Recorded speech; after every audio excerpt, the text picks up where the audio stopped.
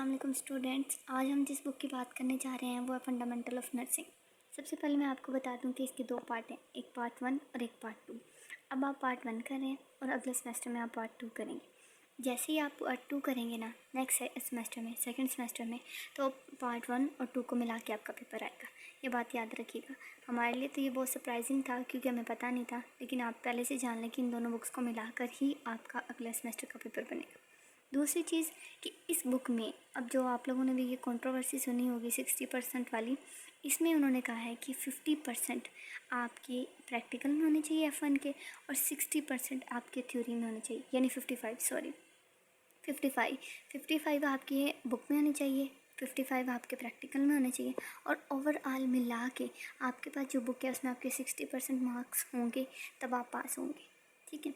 दूसरी बात, जिन बच्चों ने F1 बुक से पढ़ी है वेल एंड गुड, बहुत अच्छा किया उन्होंने, और जिन बच्चों ने स्लाइड से पढ़ी है उनका भी ठीक है। मैं बुक को इसलिए प्रेफर करती हूँ कि उसमें एक रिदम बना होता है, एक सीक्वेंस के साथ पूरी बुक में बताया गया होता है कि अच्छा ये हो रहा है, ये हो रहा है, ये हो रहा है।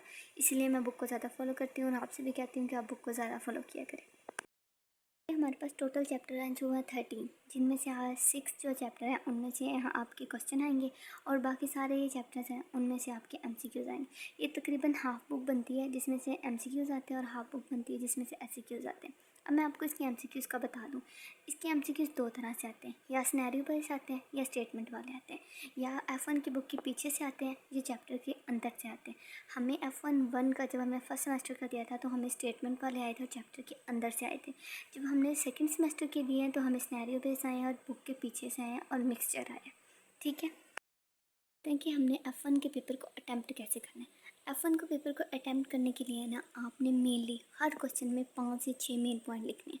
अब आपने हर किसी सुना होगा कि टू द पॉइंट लिखना है, टू द पॉइंट लिखना है, लेकिन कोई भी बंदा ये बात क्लियर नहीं बताता कि कितना टू द पॉइंट लिखना है।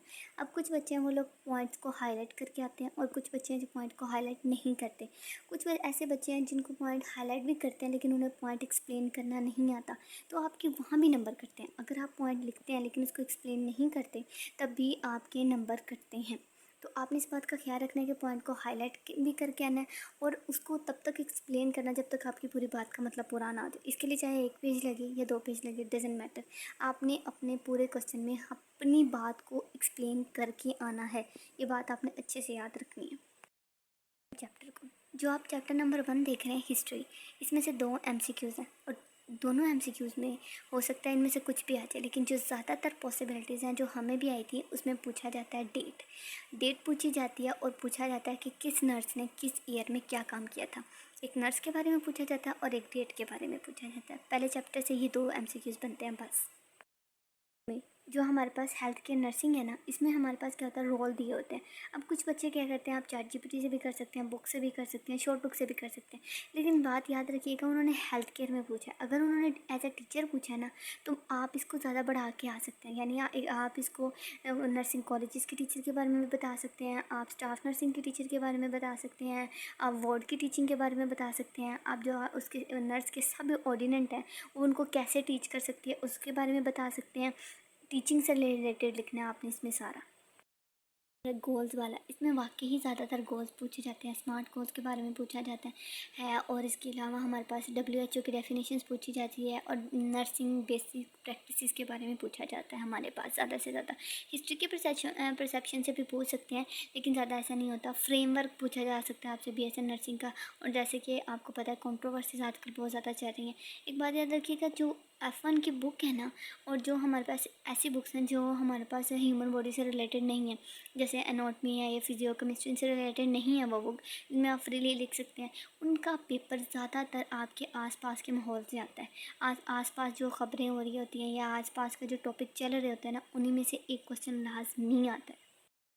कम्युनिकेशन वाला चैप्टर है, इसमें हमारे पास हमें आया था वर्बल कम्युनिकेशन के बारे में आया था और हमारे पास आया था कि आप वर्बल कम्युनिकेशन किस तरह कर सकती हैं, उनके कंपोनेंट्स के बारे में आया था और हमें सेकंड सेमेस्टर में भी कम्युनिकेशन के बारे में क्वेश्चन आया है।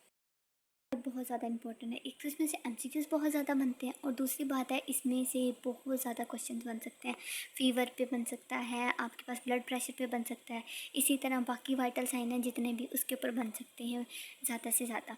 एमसीक्यूज़ इन पे बनते हैं और क्वेश्चंस भी इनमें से लाजमी आना तो है ही है, लेकिन जो है वाइटल्स, ख़ास तौर पे बॉडी टेम्परेचर इस और ब्लड प्रेशर, ये दोनों बहुत ज़्यादा इंपॉर्टेंट है। हमारे पास जो हमें आया था वो हमें आया था इनलिस्ट करना था हमने कॉजेज़ को, डायबिटिक अल्सर की कॉजेज़ को इनलिस्ट करना था। जहाँ लिस्ट लिखा होता है, मैंने अपने उस टाइम पेपर में बैठ के अपने जो हमारे पास इन्विजिलेटर था उससे पूछा था कि मैंने सिर्फ लिस्ट कर दिया, तो उसने कहा था नहीं, आप इसको थोड़ा एक्सप्लेन भी करें। तो अगर आप लिस्ट करते हैं और आपके पास टाइम बच जाता है या आप छोड़ के अगला क्वेश्चन करके वापस आते हैं और टाइम है, तो थोड़ा बहुत एक एक लाइन का आप प्लीज़ इसको एक्सप्लेन भी लाजमी कीजिएगा।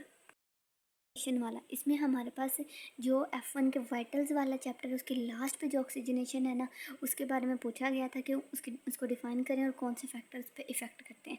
और सबसे इम्पोर्टेंट बात, F1 में फैक्टर्स लाजमी पूछे जाते हैं।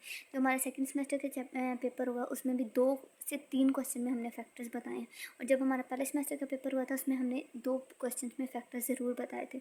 आपने फैक्टर बहुत ज़्यादा अच्छे से करके जाने हैं, बहुत बहुत बहुत ज़्यादा अच्छे से करके जाने हैं और इसको दिमाग में बिठा के जाना है। इसमें फैक्टर ज़रूर आएंगे, ज़रूर ज़रूर ज़रूर आएंगे। कि जो एमसीक्यूज़ है ना उसको आप बुक के पीछे से कर लें। जो F1 की बुक मिलती है, पीडीएफ्स मिलती हैं जिनमें सिर्फ एमसीक्यूज़ होती हैं, आप उनको पढ़ लें।